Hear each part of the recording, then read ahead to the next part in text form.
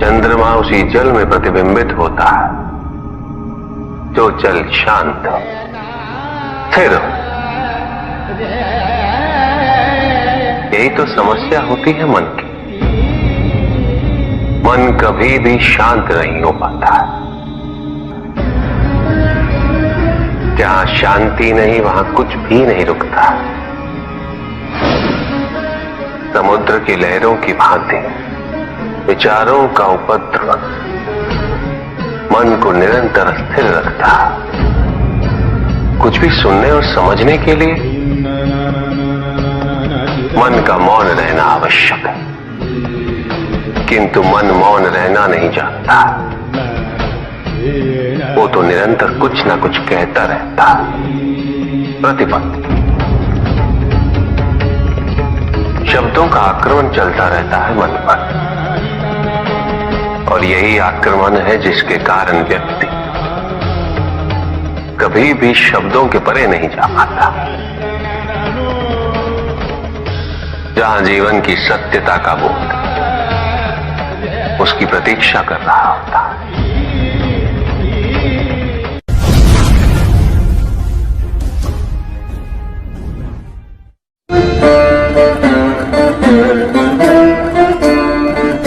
मैं वो हूं जो नहीं है,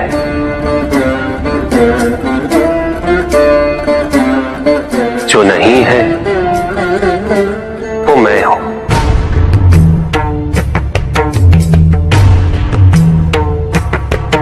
चिरकाल तक सभी को यह स्मरण रहे, जब आप में श्वास है तो मैं आप में हूं। देव देव महादेव शिवा, देव देव। और जिस क्षण आप में श्वास नहीं तब आप मुझ पे हैं। देव शिवा, देव देव महादेव।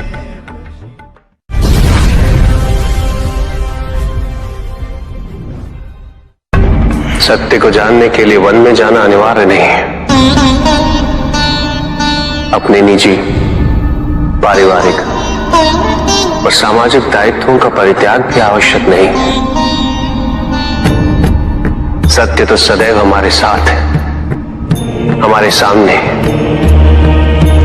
किंतु हम स्वयं धीरे धीरे उस पे अपने क्रोध, अपने अहम, भय, विचार और महत्वाकांक्षाओं जैसे कई आवरण चढ़ा देते हैं। सत्य हमसे नहीं, हम स्वयं सत्य से दूर हो जाते हैं।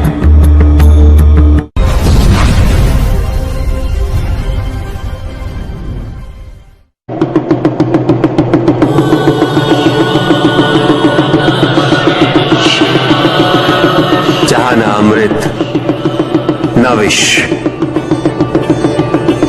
न सुख, न दुख, न स्वर्ग, न नरक, वही परम आनंद है। उसी परम आनंद तक की यात्रा है तुम्हारी। ये यात्रा आनंद के सानिध्य की है, ये यात्रा सानिध्य के आनंद की है। और इस यात्रा में मैं प्रतिपल तुम्हारे साथ हूं। मुझे ढूंढो मत, केवल पहचानो, तुम ही मैं हूं, मैं ही तुम। हर आरंभ का मैं ही अंत हूं, और हर अंत सदैव मेरा ही आरंभ होगा। देव देव महादेव शिवा, देव देव महादेव शिवा। तुम्हारे साथ छल तुम्हारी अपनी इच्छाओं ने किया है, तुम्हारे हट ने किया है, तुम्हारी अपनी सोच ने किया है। ये रहस्य नहीं कि प्रत्येक आत्मा मुक्ति की इच्छुक होती है। जो मरता है वो है पंचभूतों से निर्मित शरीर,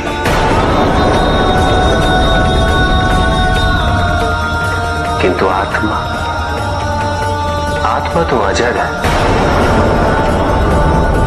अमर है।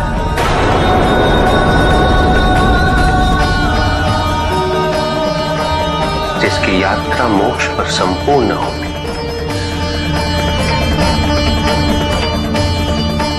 जहां सांसारिक बंधनों से व्यक्ति मुक्त हो जाता है,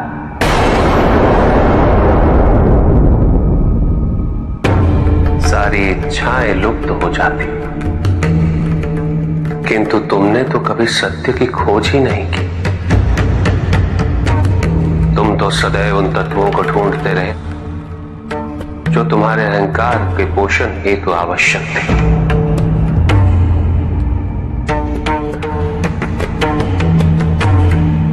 किंतु सत्य तो यही है कि ना कोई तुम्हारा है और ना तुम किसी के। जो है वो परमात्मा का है, और जो नहीं वो भी परमात्मा का ही है। इस शरीर में तुम इस सत्य से अनभिज्ञ हो, किंतु इस शरीर के पूर्व तुम्हें इस सत्य का बोध था, और इस शरीर के पश्चात भी रहेगा।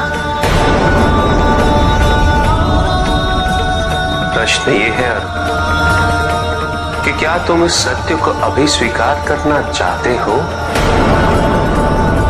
यदि करते हो तो परिवर्तन का मार्ग स्वतः प्रदर्शित हो जाएगा। आजीवन तुम प्रत्यक्ष को ही सत्य मानते रहे, परोक्ष सदैव महत्वहीन रहा। तुम्हारे पास यही अवसर है उस भूल को सुधारने का। भक्ति हेतु यदि कुछ अनिवार्य है तो केवल भक्ति ही।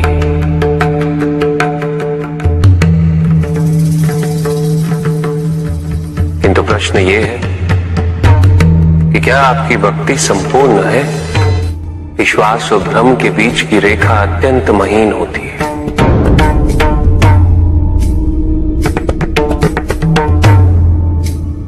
असंख्य व्यक्ति ये नहीं समझ पाते कि उनका विश्वास विश्वास है या भ्रम।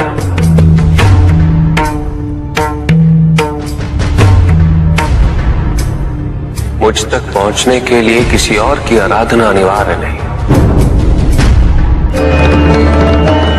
मेरे सच्चे भक्त तो मुझे किसी भी रूप में पूज सकते, किसी भी रूप में प्राप्त कर सकते। ओम नमः शिवाय। पुरुष और प्रकृति एक है, वो कभी पृथक नहीं हो सकते। शक्ति शिव के बिना अधूरी है,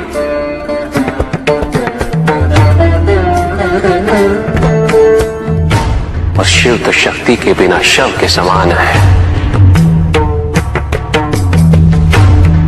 शिव शक्ति पुरुष प्रकृति का संतुलन सदैव अनर्थकारी सिद्ध होगा।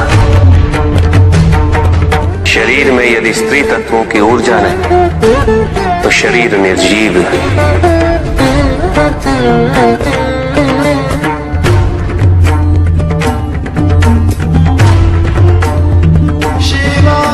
शक्ति और शिव के संपूर्ण रहस्यों को समझ लेना भक्ति, ज्ञान और तपस्या की पराकाष्ठा है।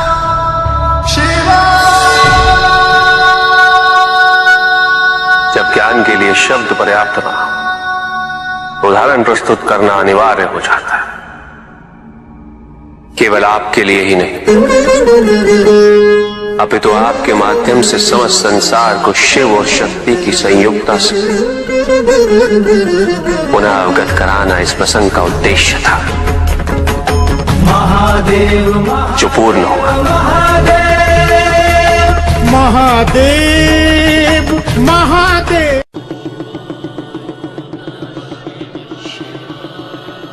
जहां न अमृत न विष,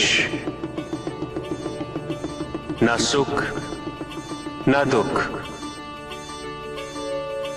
ना स्वर्ग ना नरक, वहीं परम आनंद है। उसी परम आनंद तक की यात्रा है तुम्हारी। ये यात्रा आनंद के सानिध्य की है।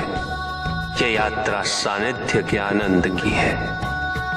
और इस यात्रा में मैं प्रतिपल तुम्हारे साथ हूं।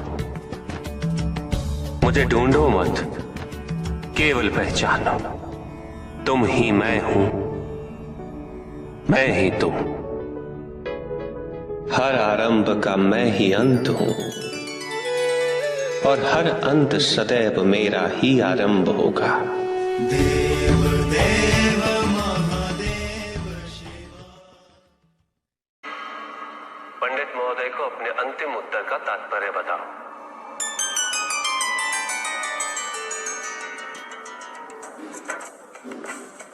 तात्पर्य यह है पंडित जी, इस जगत में 1 गुण, 2 गुण, 3 गुण, 5 गुण, ये सारे आरोपण मानव का मस्तिष्क करता है। अन्यथा जगत तो ब्रह्म माया है, और ये सारे गुण भी माया मात्र है। सब कुछ निर्गुण है मेरे महादेव की भांति।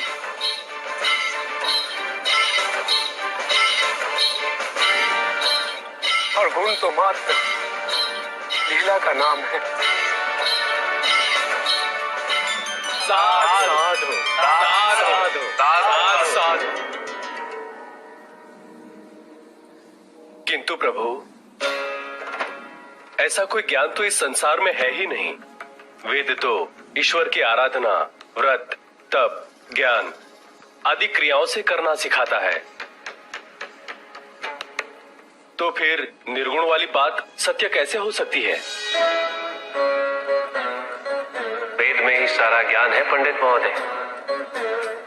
वेद का सही अर्थघटन करना इस समय संभव नहीं।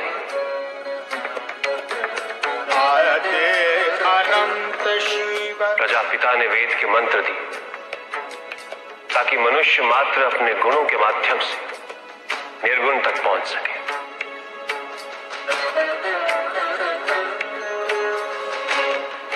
किंतु आप सब गुणों की मीमांसा में ही रुक गए।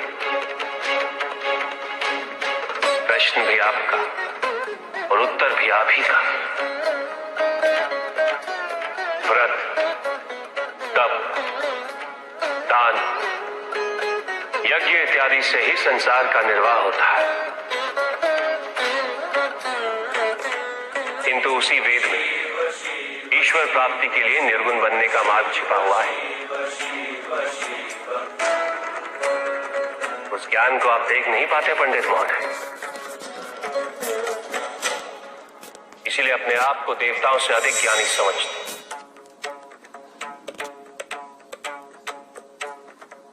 पंडित महोदय, ज्ञान का भ्रम होना अज्ञानता का प्रथम लक्षण है।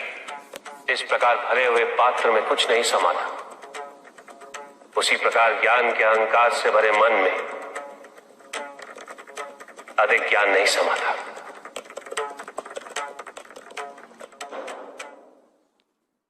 पूछ सकता हूं? अवश्य ऋषि कश्यप। जहां प्रश्न नहीं वहां जिज्ञासा नहीं, और जहां जिज्ञासा नहीं होती वहां ज्ञान की वृद्धि नहीं हो सकती। निसंकोच होकर पूछिए। प्रभु, आप तो कालोपरी हैं, सर्वज्ञ हैं, त्रिकालदर्शी हैं। चारों ओर ये जो अज्ञान का अंधकार फैल रहा है, उसमें ज्ञान का मूल अर्थ कहीं ना कहीं खोता जा रहा। मेरा आपसे विनम्र निवेदन है प्रभु, किसी अन्य विषय पर चर्चा आरंभ करने से पूर्व हमारे और इस समस्त संसार के कल्याण और मार्गदर्शन हेतु आप ज्ञान की मूल परिभाषा से एक बार हमें पुनः अवगत करवाएं। ज्ञान और अज्ञान की परिभाषा को स्पष्ट रूप से समझने के लिए ज्ञान और अज्ञान की विशेषताओं का स्मरण करना आवश्यक है,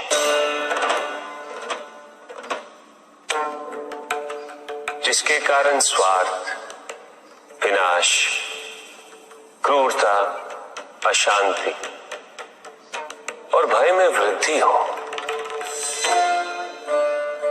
वह ज्ञान है। किंतु जो व्यक्ति को उदार, निर्भीक, सहनशील और विनम्र बनाए, वही ज्ञान है। अज्ञान की शक्तियां दुरुपयोग करने हेतु प्रेरित करती हैं, किंतु जो अपनी शक्तियों और अपने सामर्थ्य के प्रति अपने उत्तरदायित्व को समझाए, जो न केवल अपने अपितु अपने से पहले संसार के उद्धार हेतु प्रोत्साहित करे, वो ज्ञान है। ज्ञान का मूल उद्देश्य ही परोपकार है, सृजन है, दूसरों की भावनाओं को समझना, उनका आदर करना, यही ज्ञान है। क्योंकि ज्ञान हमें न केवल अपने अपितु दूसरों के दुख और सुख के प्रति भी संवेदनशील बनाता है। किंतु जो दूसरों की भावनाओं का अनादर करे, उसे ज्ञान की श्रेणी में कैसे रखा जा सकता है? अज्ञान के कारण व्यक्ति सांसारिकता में बंधता जाता है, वो माया में उलझता जाता है। अज्ञान परम सत्य से दूर ले जाने का माध्यम है, किंतु ज्ञान व्यक्ति को परम सत्य की ओर ले जाता है। ज्ञान मुक्तिदायक है, मोक्ष का मार्ग है, और इस मुक्तिदायक ज्ञान का सर्वोच्च रूप है आत्मज्ञान, और यही ज्ञान की पूर्णता भी है। ज्ञान और अज्ञान का ये अंतर संसार में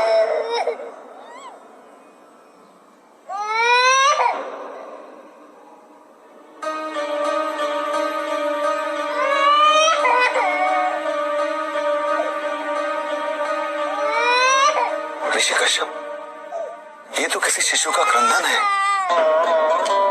विदर्भ देश के राजा और मेरे भक्त सत्यार्थ का पुत्र चालू देश के राजा ने सत्यार्थ की हत्या कर दी। सत्यार्थ की पत्नी ने अपने शिशु के साथ अपनी रक्षा करने हेतु वन में शरण ली, किंतु अब तो वो भी मृत्यु को प्राप्त हो चुकी है।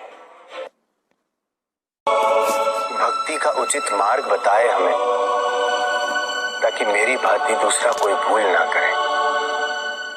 भक्ति मुक्ति का आधार है पुष्पधर, और मुक्ति तो केवल समर्पण से ही संभव होगी। और समर्पण के लिए पुष्प नहीं, स्वर्ण नहीं, आभूषण भी नहीं, रत्न नहीं, धन नहीं, विधि विधान नहीं, केवल अपने मन को अर्पित करना अनिवार्य है। जानना चाहते हो पुष्पधर कि वो कौन से पुष्प हैं जो मुझे अत्यंत प्रिय है? इंद्रियों का नियंत्रण, दया, शांति, तप, क्षमा, ध्यान और सत्य। और जब कोई मेरे इन पुष्पों से आराधना करे, मैं अवश्य प्रसन्न होता हूं। भक्ति में भव्यता आवश्यक नहीं है पुष्पधर, अभी तो सरलता आवश्यक है। भक्त के लिए ये समझना अत्यंत कठिन हो जाता है प्राय भक्ति कब मोह में परिवर्तित हो जाती है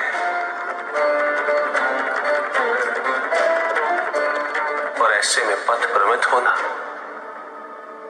अनिवार्य है।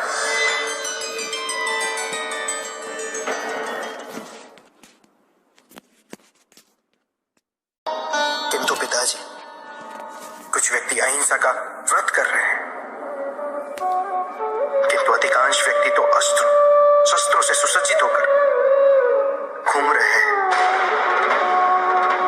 शरीर की रक्षा के लिए बड़े दुर्ग बनाए जा रहे हैं, कवच बनाए जा रहे हैं, क्योंकि उन्होंने स्वयं योग और शुभता के कवच का त्याग कर दिया पुत्र। क्योंकि अब शुभता उनके लिए जीवन को जीने का आधार नहीं रह गई, क्योंकि योग तो अब केवल उनके लिए एक कठिन सी साधना है।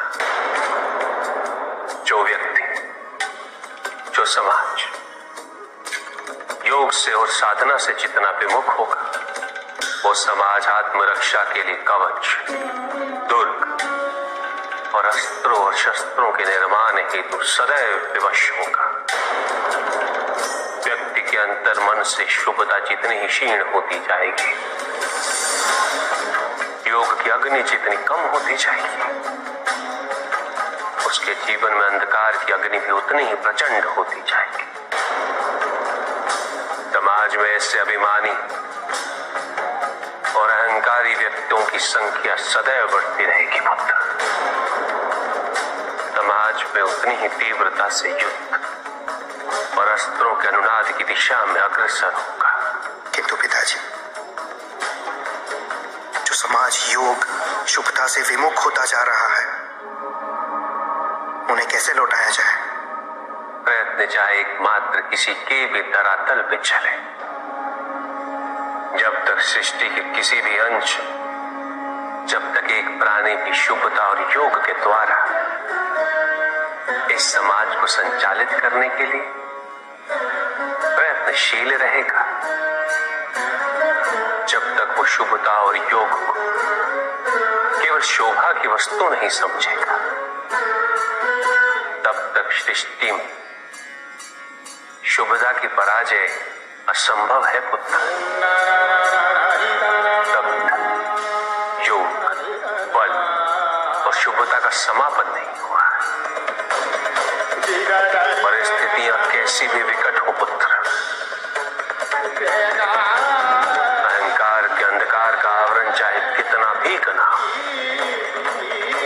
आध्यात्म योग और शुभता का एक लघु दीपक भी सदैव उस पर विजयी होता रहेगा। मेरा एक कथन सदैव स्मरण रखना पुत्र, मन के हारने से हार है और